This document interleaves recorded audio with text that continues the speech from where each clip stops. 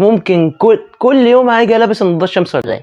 هو كل يوم فوز يا جدعان؟ كده كتير قوي كده يا جدعان والله. انا زهقت بقى، كل اسبوع بطوله، مش معقول يا جماعه كده. يعني امبارح برشلونه والنهارده الاهلي، لا لا لا كتير كتير والله يا جماعه. بص، ما غيرتش التيشيرت، نفس التيشيرت اللي صورنا بيه ماتش برشلونه. لو انت ما شفتش فيديو ماتش برشلونه هسيبه لك فوق او هسيبه لك في الديسكربشن، هسيبه لك في اي حته. يعني لو انت ما شفتش الفيديو ده روح شوفه، او كمل الفيديو ده وبعديها روح شوفه. هو نفس التيشيرت ونفس نضاره الشمس ونفس كل حاجه. واحنا ايه، امبارح برشلونه يكسب والنهارده الاهلي يكسب، مفيش احلى من. بس قبل ما نبدا في اي حاجه لازم نقول هارد لك للزمالك وجمهوره، نقول هارد لك لعواد بشكل شخصي. يعني عواد اللي قدم ماتش اسطوري النهارده، لولا الزمالك اصلا كان خسر في الوقت الاصلي. مبروك للاهلي والجمهور واللعيبه وكولر وكل الناس. اذا ايها السيدات والساده، الاهلي ينتصر على نادي الزمالك في نهائي السوبر المصري. لاول مره اشوف الاهلي بيكسب الزمالك ضربات جزاء في السوبر، يعني الحمد لله الحمد لله.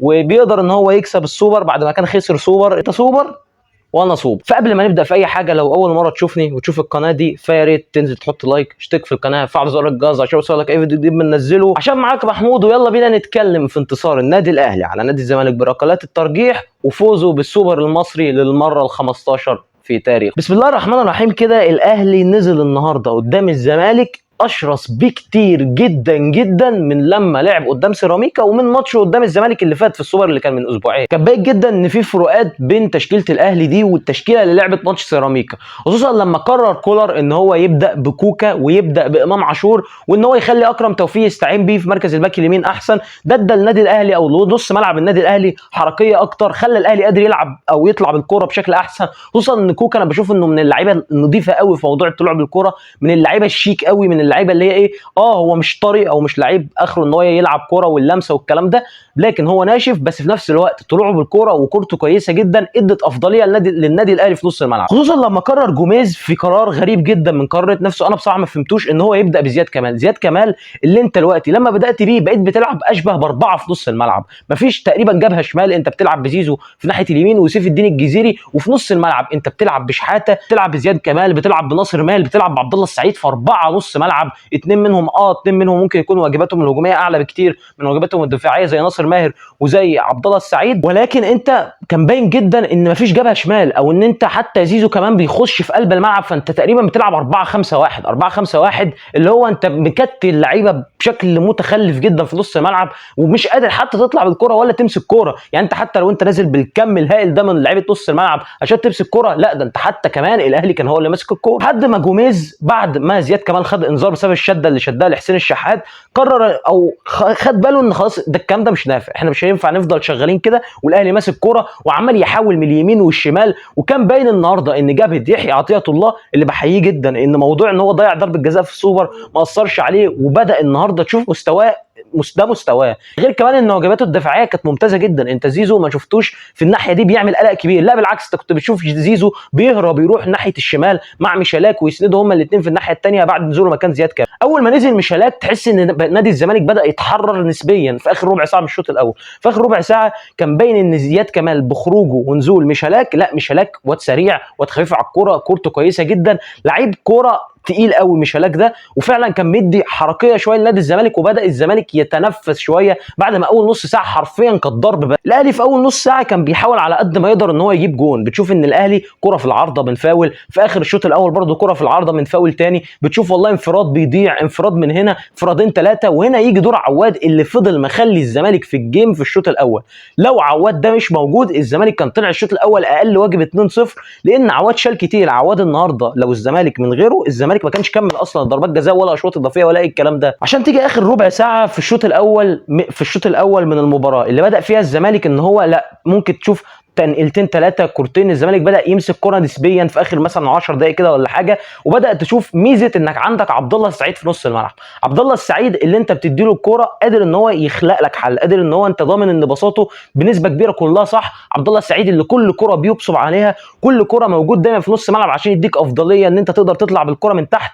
لعيب عنده 40 سنه ولكن فعلا مفيد جدا في نص ملعب الزمالك، وقدر الزمالك انه في اخر 10 دقائق يروح بكوره يعمل بتاع، مفيش خطوره قوي ولكن ولكن قادرين ان هم يقفوا على رجلهم شويه، وخصوصا كمان ان هم قدروا كمان يسجلوا جون في الشوط الاول ولكنه اتلغى، وجون ملغي يعني ما فيهوش اصلا شك، الكوره اصلا اوف سايد 100%. يعني لو وصلت لحد هنا يعني انزل حط لايك، اشترك في القناه كده خليك حلو، يعني اشترك في القناه وزرار الجرس اضرب كده وخليك حلو، ايه خليك حلو، عايزين نعلي الدنيا شويه. ها ماشي تمام، اشتركت، كمل فيديو. عشان يخلص الشوط الاول، الشوط الاول اللي مع انتهائه كله بيبقى شايف ان الاهلي هينزل الشوط الثاني على الاقل لحد الدقيقه 60 هيفضل ماسك الريتم او ماشي بنفس النسق اللي هو ماشي بيه، وهيقدر ان هو يسجل جون. لكن ببدايه الشوط الثاني بيبان ان الاهلي لسه هو اللي مستحوذ، لكن الزمالك بقى خطير، الزمالك بدا يبادر. بتشوف شوط ثاني رايح جاي، هجمه هنا هجمه هنا هجمه هنا هجمه هنا. بتشوف ان الاهلي فرص الشوط الاول ما اتكررتش قوي في الشوط الثاني، لا الزمالك اركز، الزمالك اهدى، الزمالك كورته انضف شويه، بداوا ان هم ينقلوا وان الكره تبقى معاهم اكتر بشكل كبير في الشوط الثاني، خصوصا ان هم كانوا بيعتمدوا على الاثنين الكويره اللي عندهم في نص الملعب. والزمالك كان شغله الشاغل اصلا ان هو عايز ينقل معركه نص الملعب من معركه قوه بدنيه وضرب وبتاع ان هي تبقى معركه كوره، لان الكويره عند الزمالك في نص الملعب اعلى بكتير من الاهلي. انت ما عندكش غير امام عاشور هو اللي كوير، كوكا كورته كويسه ومروان عطيه كورته كويسه، بس ناصر ماهر وعبد الله السعيد اكيد كورتهم احسن بكتير. الشوط الثاني انت بتشوف شوط متعه، الاهلي بيروح بهجمه، الزمالك بيرد عليه بهجمه. الزمالك كان معتمد شويه على تحولاته عن طريق زيزو وميشالاك، اللعيبه السريعه جدا سواء زيزو او ميشالاك، فكانوا بيساعدوا الزمالك ان هم والله اول ما يقدروا ان هم يقطعوا الكوره ياخدوا الكوره ويتحولوا بسرعه، اللي كان دايما ده اللي يخلي الزمالك قادر ان هو يخلق خطوره او يبان ان هو قادر يخلق زياده عدديه على لعيبه الاهلي في الشوط الثاني. لحد ما بتيجي لقطه اصابه رامي ربيعه اللي بيطلع مصاب، وكمان محمد طاهر بيطلع مصاب عشان ينزل رضا سليم، وينزل كمان مكان رامي ربيعه يوسف ايمن اللي بان ان هو لا في عمليه الطلوع بالكره لا هو احسن بكتير. يعني يوسف ايمن كان باين ان هو انت قادر تطلع بالكره بشكل احسن بكتير. انت في الشوط الاول كنت ماسك كره، والكره بالنسبه لك انت باصي باصات خفيفه، مفيش حد بيطول الكره في رجله كتير، خصوصا في نص ملعبك لا اللعب سريع، رتمه سريع، بتلعب على طول عشان تطلع وتروح على الجون. ولكن بنزول يوسف ايمن كمان ده اداك حل اضافي ورا في الدفاع، ان هو لعيب باين عليه انه بيعرف يبني الهجمه. ده اول ماتش احنا هنتفرج عليه ليوسف ايمن، لكن باين عليه انه لعيب كويس.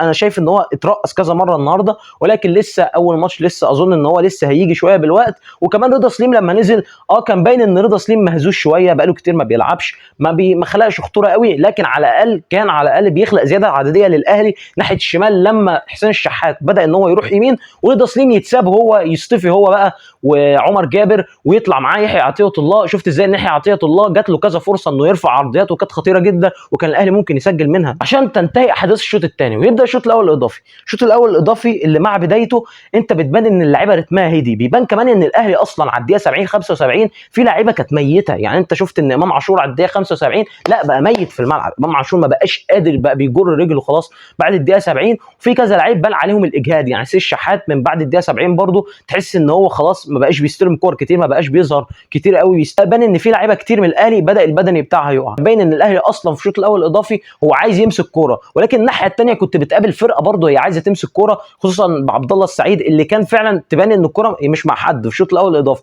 هي الكوره بتروح هنا شويه وبتروح هنا شويه، ما فيش فرص خطيره في الشوط الاول الاضافي باستثناء كوره بيرسي تاو اللي ضيعها دي وهي كانت اوف سايد اصلا، والكوره رايحه جايه، يبان ان في حد هيجيب جون، بس في الحقيقه ما فيش فرص اصلا. ولكن في النهايه بيروحوا ضربات جزاء، ضربات جزاء اللي انت عارف، بص انت لو بتشجع الاهلي فانت عارف ودايما عندك احساس كده ان الزمالك في ضربات جزاء قصاد الاهلي لا دايما لهم افضليه، مش قصه ان عندهم عواد ولا قصه، لا مش الفكره في كده، بس تحس دايما ان الزمالك لما بيلعبك ضربات جزاء انت خايف، الزمالك بيعرف يلعب ضربات جزاء، ولكن بيبقى عندك حارس فايق النهارده الشناوي.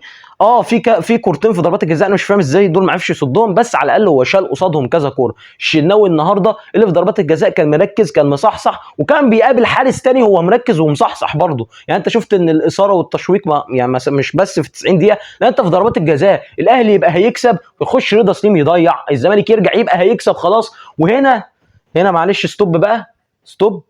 انت مالكش حد، محدش له جمايل عليك بعد ابوك وامك غير الاثنين اللي في الصوره دول، محمود علاء ومحمود عبد الرازق، محدش له جمايل عليك تاني خلاص. بيخش شيكابالا في قرار غريب جدا، وانا عارف انت عارف وانا عارف وهو عارف واللي هناك عارف واللي هي هناك عارفه واللي وراها واختها اللي نايمه جوه دي واخوها اللي كان لسه تحت بيجيب لابوه طلب، كلكم عارفين ان شيكابالا داخل عشان ايه؟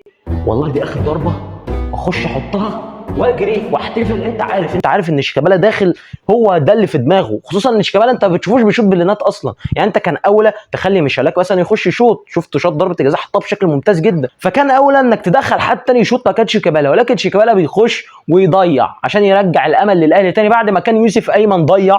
حلو، بعد الاهلي كان هيكسب اصلا، الاهلي كان هيكسب، رضا سليم دخل ضيع، بعدها مش عارف شوطنا ضربه والزمالك شاط ضربه تعادل، بعدها خش يوسف ايمن ضيع، شيكابالا دخل ضيع، كده رجعنا تاني للتعادل زي ما احنا خالص، لحد ما بتيجي ضربه الجزاء.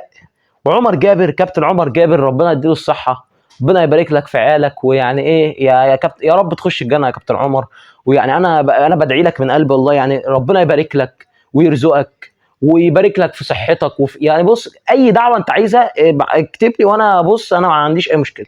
حلو، بيخش كابتن عمر جابر يحطها في العارضه عشان الاهلي يقدر ان هو يكسب. طبعا انا بص ضربه الجزاء الاخيره دي بالذات انا شفت الشناوي اترمى والكره عاليه وهو ما راحش معاها، قلت دي جون، ببص لقيتها مش عارف ضربت في الهواء ورجعت، ما اعرفش هي ضاعت ازاي اصلا، تلاقيها طلعت ان هي جت اصلا في العارضه من فوق وطلعت عشان الاهلي يقدر ان هو يكسب الزمالك لاول مره من فتره بضربات الجزاء يعني، ويقدر ان هو ياخد منه السوبر المصري بعد ما الزمالك كان خد سوبر فات. فانت سوبر انا سوبر، كله يتراضى، محدش يزعل، كله يتبسط، وايه اتمنى كله يكون اتبسط، واتمنى انت برضه تكون اتبسطت بالحلقه دي. فلو وصلت لحد هنا ما تنساش حط لايك، اشترك في القناه، فعل زر الجرس عشان يوصلك اي فيديو جديد بننزله.